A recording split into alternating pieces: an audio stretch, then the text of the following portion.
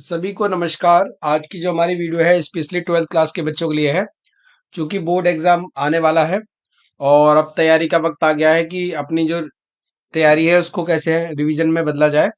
क्योंकि पूरे साल आपने जो भी पढ़ा है उसका जो फाइनल एग्जाम होगा तो उसमें अच्छा प्रदर्शन के लिए सबसे जरूरी है कि आप ज़्यादा से ज़्यादा प्रैक्टिस पेपर्स की तैयारी देखें, तैयारी करें। क्योंकि इन्हीं पेपर के माध्यम से जो आपको जो है गाइडेंस होगा कि किस तरह से पेपर में क्वेश्चन आ सकते हैं। तो बच्चों की तैयारी के लिए शिक्षा निदेशालय द्वारा जो हमारी दिल्ली सरकार है वो 2024-25 सेशन के लिए एक प्रैक्टिस पेपर जारी किया गया है 12th क्लास के बच्चों के लिए, जिसको प्रैक्टिस करके आप जो है बोर्ड में अच्छे नंबर ला सकते हैं। तो आज डीओई के द्वारा जारी किए गए पेपर का ही इस वीडियो में हम बात करेंगे। तो बने रहिए हमारे साथ इस वीडियो में और जानिए कि डीओई ने कौन सा पेपर जारी किया है, क्या क्या क्वेश्चन है और उसके क्या क्या आंसर हो सकते हैं। पैटर्न तो अब बच्चों आपको क्लियर ही होगा। तो सीधे हम क्वेश्चन पे चलते हैं। पहला क्वेश्चन है, निम्नलिखित घटनाओं को कालक्रम व्यवस्थित कीजिए और सही विकल्प चुनिए। यानी कि ये घटनाएं हैं उनके बारे में बताया गया है, तो उसको हमें सीरियल वाइज से लगाना है। सबसे पहले आप देखें तो संयुक्त राष्ट्र संघ की स्थापना हमारी 24 अक्टूबर 1945 को हुई थी। प्रथम विश्व युद्ध जो है 1914 से 1918 के बीच में हुआ था।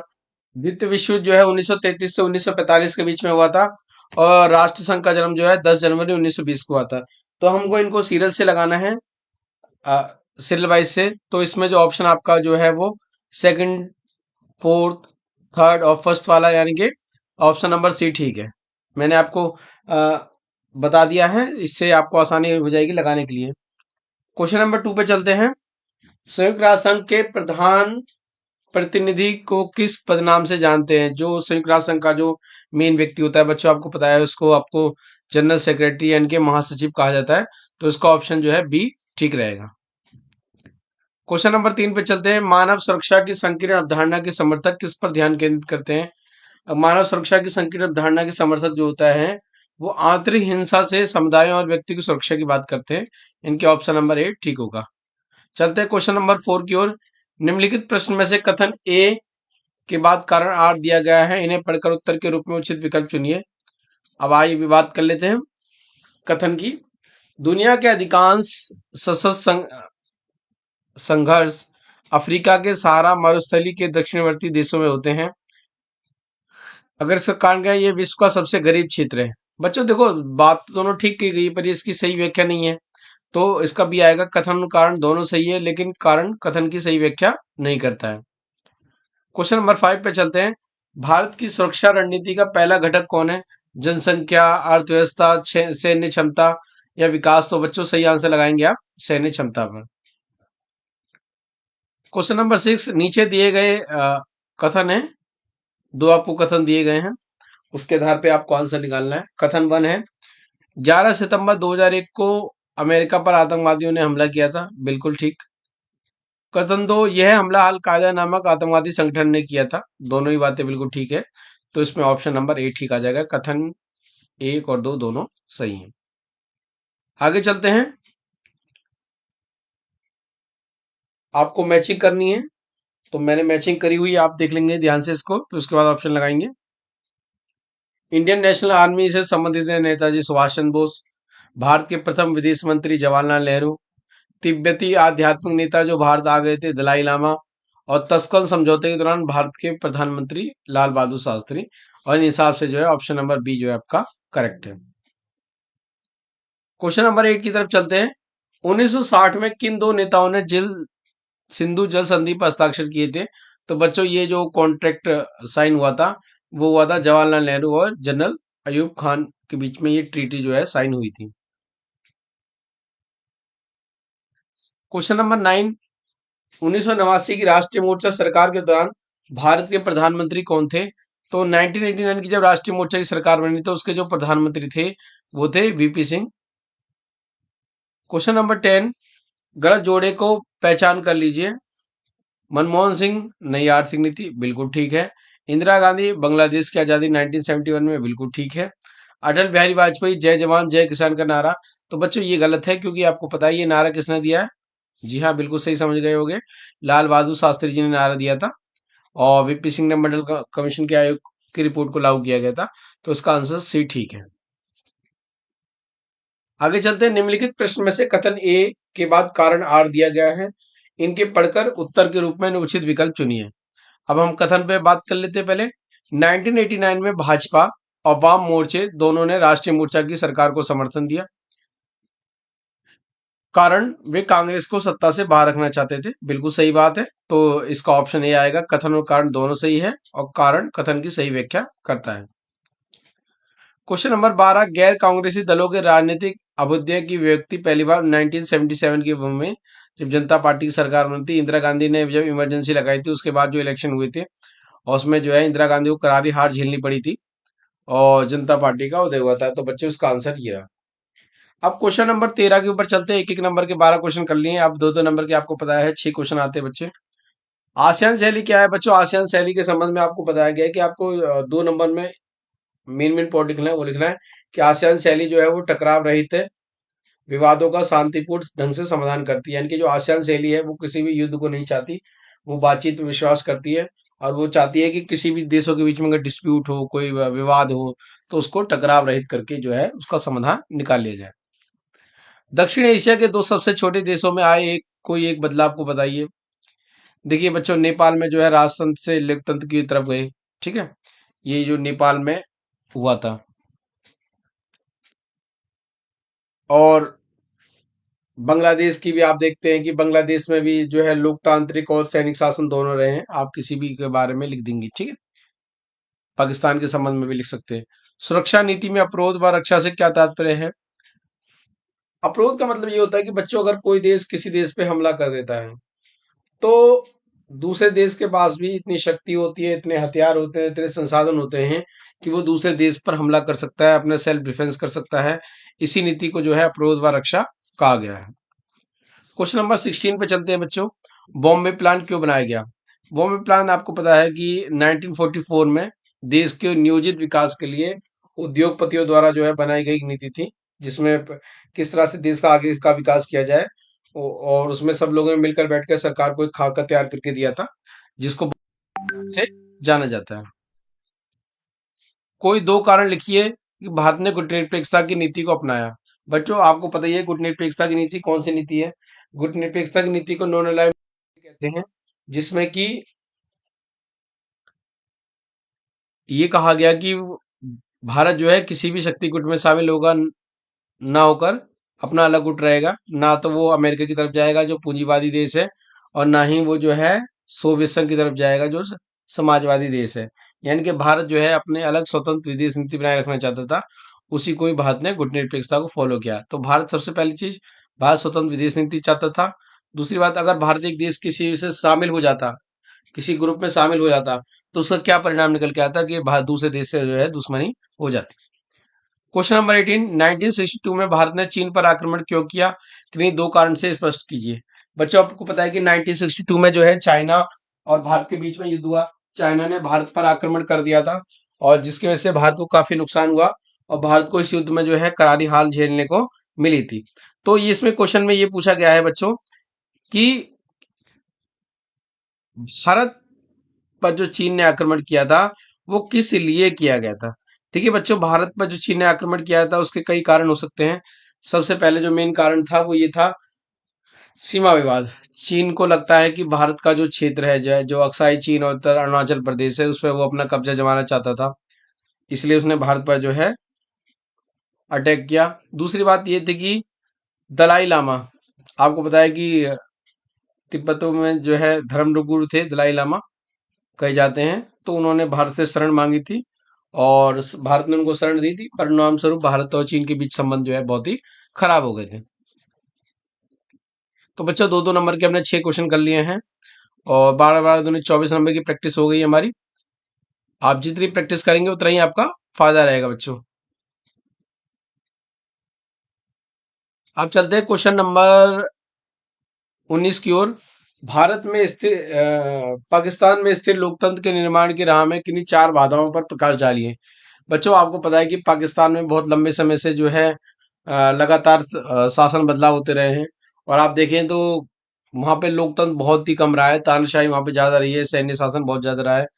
तो इसमें वो फैक्टर्स पूछे गए हैं, वो कारण जाने गए हैं जिसकी वजह से जो है पाकिस्तान में जो है लोकतंत्र कायम नहीं हो पा रहा, तो सबसे पहली बात है सेना।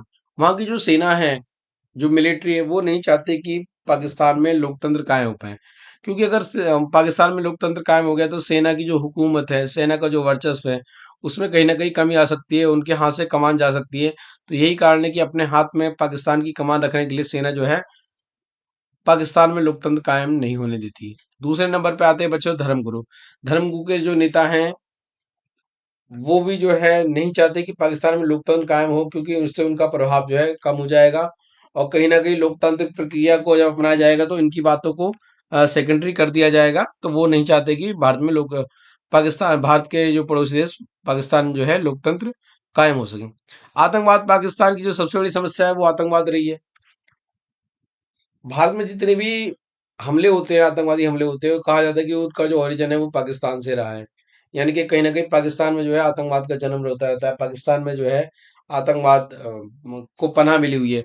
तो पाकिस्तान भी आतंकवाद से उतना ही परेशान है जितना भारत को किया हुआ है। कहने का तात्पर्य कि वहाँ की स्थिति भी बहुत ज्यादा खराब है, और वहाँ पे जो है कट्टरपंथियों के शासन तगड़ा ज्यादा हो रखा है, जो आतंकवादी गतिविधियां चलाते हैं, जिसकी वजह से जो है वहां पे लोकतंत्र कायम नहीं हो पा रहा है। विश्व का हस्तक्षेप, देखिए पाकिस्तान में अगर डेमोक्रेसी नहीं आ रही तो उसके पीछे सबसे बड़ा कारण एक आता है फॉरेन जो है आपका इंटरफेयर है।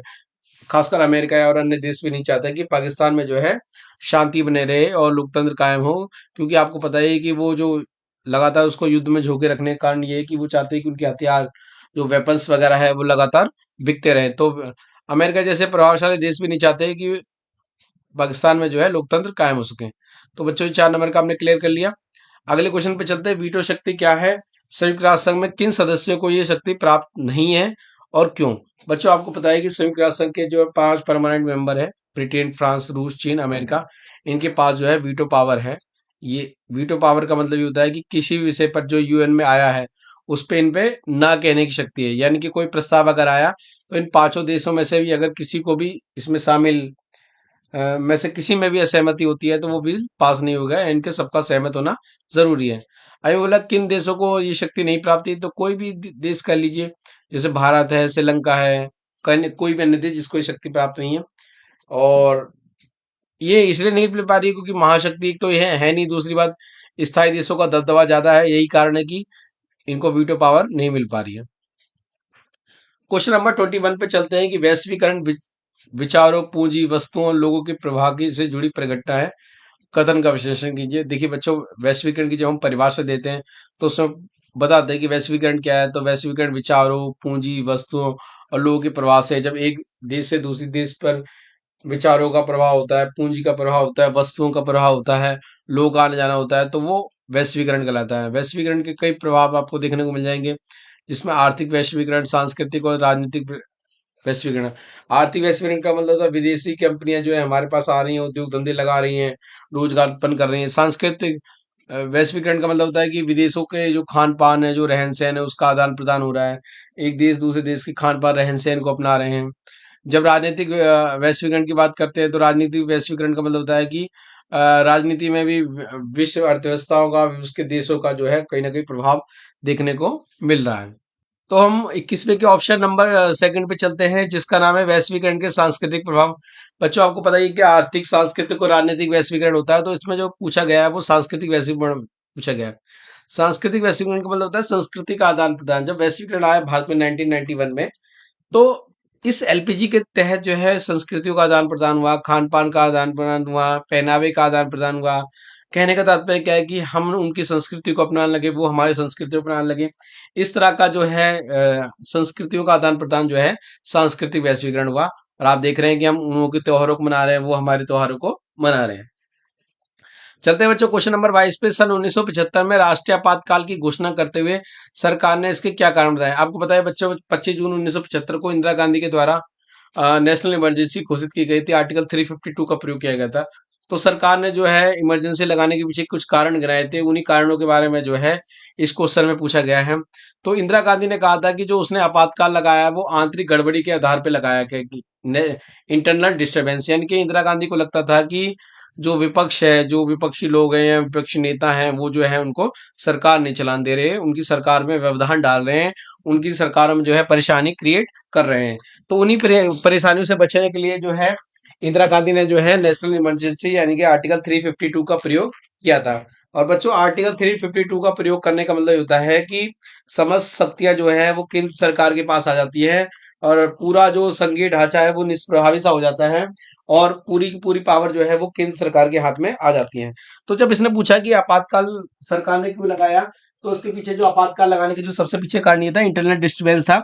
इंदिरा गांधी का मानना ये था कि विपक्षी लोग उसको सरकार नहीं चलाने दे रहे और अच्छी सरकार चलाने के लिए, देश को चलाने के लिए जो है इंदिरा गांधी के द्वारा जो है नेशनल इमरजेंसी को लगाया गया। ठीक है बच्चों, तो ये क्वेश्चन का आंसर है। इसका ऑप्शन है 1977 के चुनाव में पहली बार विपक्ष केंद्रीय सत्ता में आया, ऐसा किन कारणों से आया। यानी कि ये कहना चाह रहा है कि 1977 में जब जनता पार्टी की सरकार बनी थी, तो जनता पार्टी की सरकार बनने के पीछे क्या कारण थे। बच्चों जनता पार्टी की सरकार बनने के पीछे कारण ये थे कि इंदिरा गांधी के द्वारा जो आपातकाल के दौरान जातियां की गई थी, जो परेशानी क्रिएट की गई थी, उससे जो है लोग काफी हताश हुए, निराश हुए और उनको लग रहा कि इंदिरा गांधी जो है अपनी शक्तियों का कहीं ना कहीं दुरुपयोग कर रही है, इंदिरा गांधी जो है शक्तियों को गलत प्रयोग कर रही है। और आपातकाल के अंदर जाति हुई, जैसे सेंसरशिप हुई, नसबंदी की द्वारा की गई और मौलिक अधिकारों को सस्पेंड कर दिया गया। और मतलब कुल मिला के जो इंदिरा अखबारों को ये कहा गया कि आप जो भी छापोगे हमसे पूछ कर छापोगे, यानी कि एक तरह से पूरी तरह से लोकतांत्रिक ढांचा चरमरा गया था। तो उस स्थिति में जो है ये होना ही था और इंदिरा गांधी के जब इलेक्शन का सामना किया तो इंदिरा गांधी को जो है हार का सामना करना पड़ा। तो आपने इसके अंदर जो भी आपातकाल के दौरान हुआ उन सभी कारणों को आपको लिख देना है। क्वेश्चन नंबर 23 के ऊपर चलते हैं कि जैसे जैसे 80 का दशक खत्म हुआ, देश में कुछ ऐसे विकास हुए जो हमारी राजनीति में लंबे समय तक प्रभाव डालते हैं। किन्हीं 4 उदाहरणों के बताइए। तो बच्चों 1980 के दशक खत्म होते हुए 90 शुरू होते हुए क्या क्या हुआ है। सबसे पहला वो उसमें कांग्रेस को हार हुई, यानी कि जो लंबे समय से कांग्रेस जीतती आ रही थी उसकी जो है हार हुई। दूसरी बात, राजीव गांधी की हत्या कर दी गई तमिल मुद्दे पर, जब विवाद था उस साउथ में, जब वो चुनाव प्रचार के दौरान गए थे तो राजीव गांधी की हत्या कर दी। मंडल मुद्दा जो है ओबीसी के संबंध में था, ओबीसी को 27% रिजर्वेशन देने के संबंध में, ये बहुत चर्चा में रहा है। नई आर्थिक नीति, उदारीकरण, निजीकरण, वैश्वीकरण जो है इसी दौर में लेके आया गया। अयोध्या विवाद भी इसका एक प्रमुख उस टाइम का एक मुद्दा था। बच्चों इसमें 8 क्वेश्चन होते हैं, 5 क्वेश्चन में कर लिए, 3 क्वेश्चन में आपको पता ही है कि आपको पैराग्राफ होता है, मैप होता है और कार्टून होता है। तो आइए हम जानते हैं पैराग्राफ के बारे में। नीचे दिए गए गद्यांश को पढ़िए और कुछ उत्तर देना है। आपको पहले गद्यांश के बारे में रीड कर लेना है। एक लंबे समय में बना यूरोपियन संघ आर्थिक सहयोग वाली व्यवस्था से बदलकर ज्यादा से ज्यादा राजनीतिक रूप लेता गया। अब यूरोपीय संघ स्वयं काफी हद तक विशाल राष्ट्र राज्य की तरफ काम करने लगा। हालांकि यूरोपियन संघ का एक संविधान बनाने की कोशिश तो असफल हुई, लेकिन इसका अपना झंडा, अपना राष्ट्रगान, अपना स्थापना दिवस और अपनी मुद्रा है। अन्य देशों से संबंधों के मामले में इन्हें काफी हद तक साझी विदेशी और सुरक्षा नीति भी अपना ली है। नए देशों को शामिल करते हुए यूरोपीय संघ ने सहयोग के दायरे में विस्तार की कोशिश की है। नए सदस्य मुख्यतः भूतपूर्व सोवियत संघ के थे। यह प्रक्रिया आसान नहीं रही। अनेक देशों के लोग इस बात को लेकर खासा उत्साहित नहीं थे कि जो ताकत उनके देश की सरकार से हासिल थी अब वो यूरोपीय संघ को दे दी जाए। यूरोपीय संघ में कुछ देशों को शामिल करने पर भी असहमति थी। तो इससे संबंध में क्वेश्चन है बच्चों, निम्नलिखित में से कौन सा देश अब यूरोपियन संघ का सदस्य नहीं रहा। आप सबको पता है कि ब्रिटेन जो है यूरोपियन संघ का सदस्य नहीं रहा। यूरोपियन संघ की स्थापना कब हुई बच्चों? 1992 में जो है यूरोपियन संघ की स्थापना की गई। वह लक्षण बताइए जो ये बताते हैं कि यूरोपियन संघ विश्व की एक बड़ी शक्ति के रूप में है। तो उसमें बताया कि इसकी एक साझी विदेश नीति है, एक सुरक्षा नीति के तहत सारे लोग काम करते हैं इसके सदस्य देश, और नई आर्थिक शक्ति के रूप में इनकी पहचान हो रही है। ये सब आप लिख देंगे। अब मैप वाले क्वेश्चन पे आते हैं। भारत के दिए गए रेखा मानचित्र में 4 राज्यों को ए, बी, सी और डी के रूप में चिन्हित किया गया है। नीचे दी गई जानकारी के आधार पर इन राज्यों की पहचान कीजिए।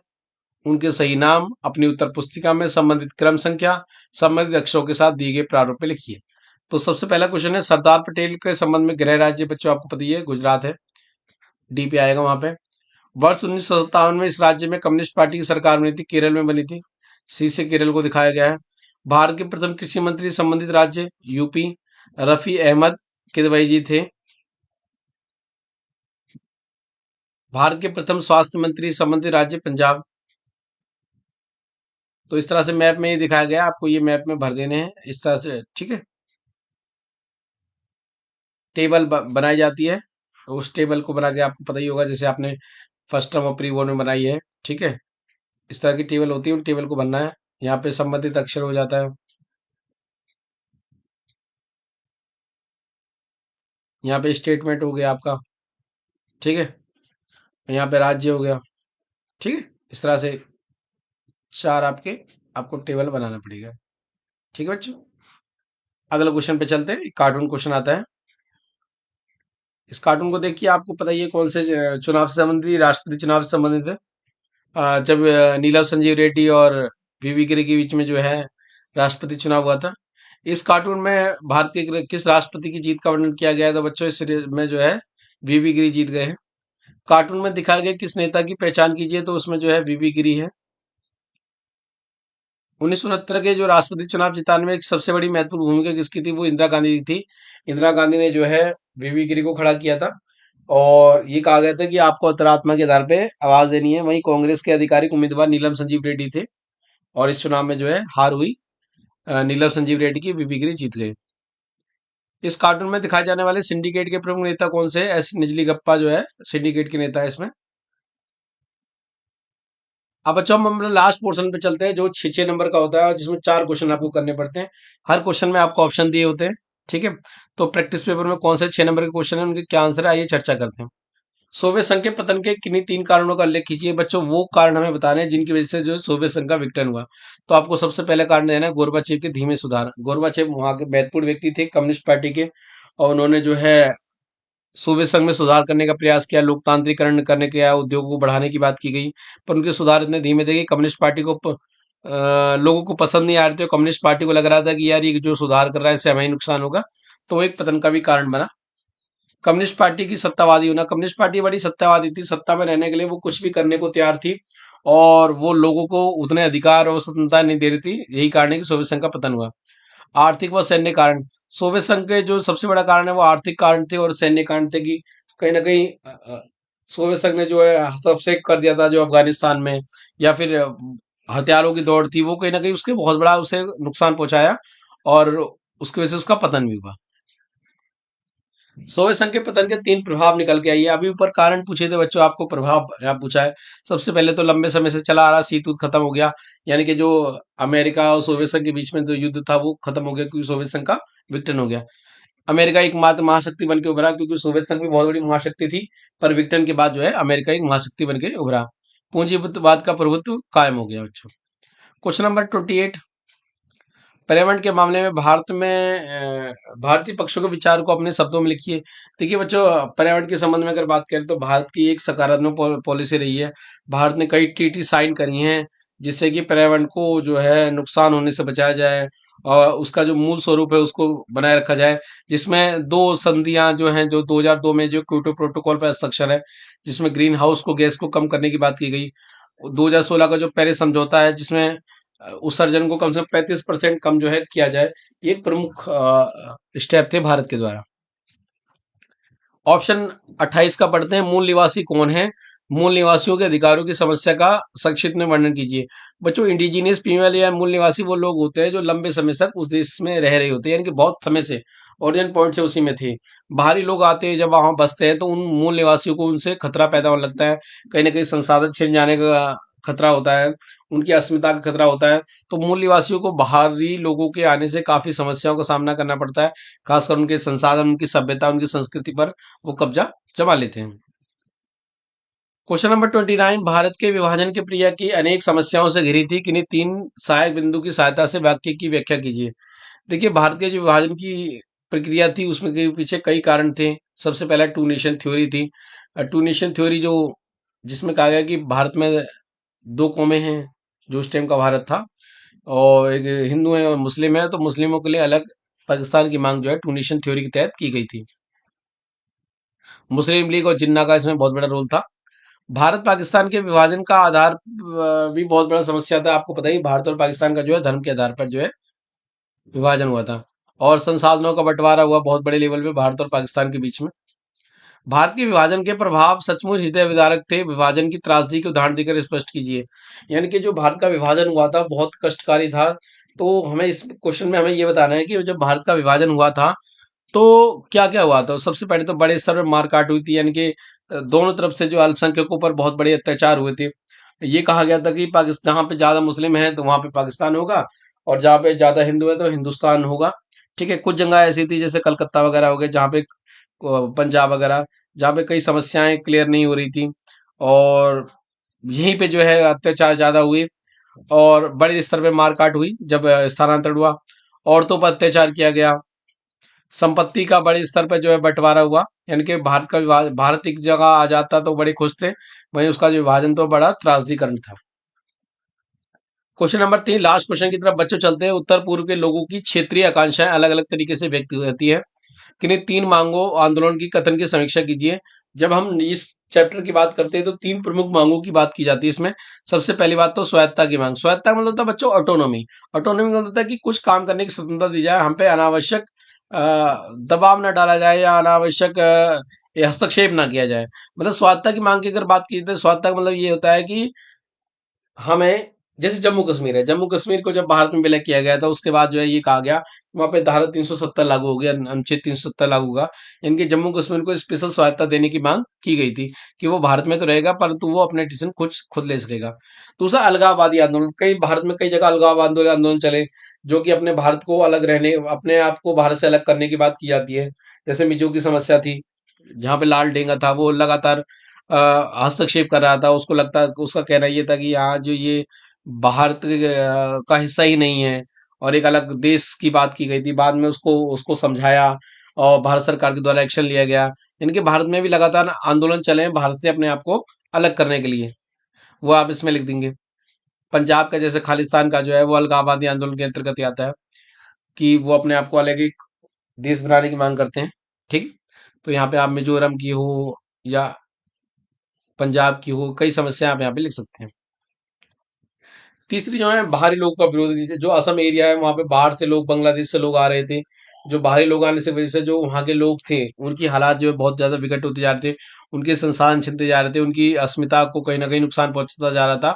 तो ऐसे लोगों के खिलाफ भी बड़े लेवल पे आंदोलन हुआ, और एक आपको पता ही है, एक संगठन बनाया गया था आंसू, all in Assam student union जो बनाई गई थी। ठीक है, जिसने कहा गया था कि हम बाहरी लोगों को हटाएंगे।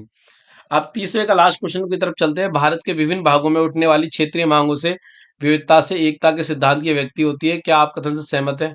देखिए बच्चों, भारत एक बहुत बड़ा देश है, विविधताओं वाला देश है, और सबकी अपनी अलग अलग समस्याएं हैं, अलग अलग आवश्यकताएं हैं। तो हमें उनकी आवश्यकताएं, उनकी इच्छाओं को भी ध्यान रखना बहुत जरूरी है। हर चीज अगर हम देश के हर कोने में ला देंगे तो वो अच्छी नहीं रहेगी। कभी कभी कहीं की परिस्थितियां कुछ और रहती हैं, तो हमें उन परिस्थितियों को देखकर ही जो है निर्णय लेने पड़ते हैं। तो जो विभिन्न क्षेत्रों में जो मांगे उठ रही हैं, अब उन मांगों को कैसे पूरा किया जा सकता है? या तो उनके खिलाफ जो कार्रवाई किया जाए या उनको समझाया जाए, उनकी बातों को माना जाए। अगर हम उन पे कठोर कार्रवाई करेंगे तो उसका परिणाम निकल के आएगा कि वो समस्या और ज्यादा बढ़ती जाएगी। पर अगर उनको हम समझाएंगे, उनकी प्रॉब्लम्स को दूर करेंगे, उनकी जो आवश्यकता है उनको पूरा करेंगे, तो कहीं ना कहीं समस्याएं भी खत्म होंगी, जैसे मिजो वाले में हुआ था। ठीक है, तो लोग अपने आर्थिक और सामाजिक राजनीतिक विकास के लिए मांगों को उठाते हैं, तो हमें उनकी मांगों को पूरा करना चाहिए और कोशिश करनी चाहिए उनकी जो जितनी भी मांगे हैं उनको लोकतांत्रिक तरीके से, उनके हक के तरीके से उनको पूरा करना चाहिए, ना कि उनकी मांग को दबाना चाहिए। तो बच्चों, इस वीडियो में हमने डीओई के द्वारा जो है प्रैक्टिस पेपर जारी किया है उसके बारे में चर्चा की, और बताया कि उसके क्या क्या एक्सपेक्टेड जो है आपको आंसर लिखने हैं। बच्चों, ज्यादा नंबर लाने के लिए का एक सिंपल तरीका ये है कि आप ज्यादा से ज्यादा क्वेश्चन पेपर को पढ़िए, अपने कंटेंट को कवर कीजिए। जितना आप ज्यादा लिखोगे उतने ही आपके ज्यादा नंबर आएंगे। जितने ज्यादा क्वेश्चन पेपर पढ़ोगे, जिनकी प्रैक्टिस करोगे, उससे आपको आइडिया मिल जाएगा किस प्रकार के क्वेश्चन आ सकते हैं, किस तरह के क्वेश्चन पूछे जा सकते हैं। होता ये है कि जनरली बच्चों को आंसर तो पता रहता है, परंतु अगर क्वेश्चन घुमा के दे दिया जाता है तो उनको समझने में दिक्कत आती है, फिर वो लिख देते भी नहीं पाते, बाद में कहते हैं अरे ये तो मैं तो आता था पर ये तो छूट गया। तो इसलिए जरूरी है कि आप ज्यादा से ज्यादा क्वेश्चनों को सामना करें, ज्यादा से ज्यादा प्रैक्टिस पेपर को पढ़ें, ज्यादा से ज्यादा क्वेश्चन को पढ़ें, और अपने क्वेश्चंस की अपने टीचर्स के साथ चर्चा करें। उनसे पूछें कि उनका क्या आंसर हो सकता है। आप मेरे से भी पूछ सकते हैं। ठीक है, तो जितने ज़्यादा आप प्रैक्टिस पेपर को प्रयोग करेंगे उतना ही आपके अच्छे नंबर आएंगे। तो आशा करता हूँ इस वीडियो के माध्यम से आपको ये प्रैक्टिस पेपर पे एक समझ बनी होगी। अगली वीडियो में हम जो है 2024 के जो फाइनल पेपर था वो क्या क्या आए थे उनकी वीडियो बहुत जल्दी जारी करने वाले हैं, और एक दो दिन में आपको जो है 2024 के जो फाइनल पेपर था उस पेपर पर भी हम डिस्कशन करेंगे। तो बच्चों पढ़ते रहिए, अच्छी तैयारी करते रहिए, और मैं तो आशा ये करूँगी 80 में से सबके 70 से ऊपर आए। ठीक है, अगली वीडियो मिलते हैं नए टॉपिक के साथ, नए पेपर के साथ। तब तक के लिए टाटा बाय बाय।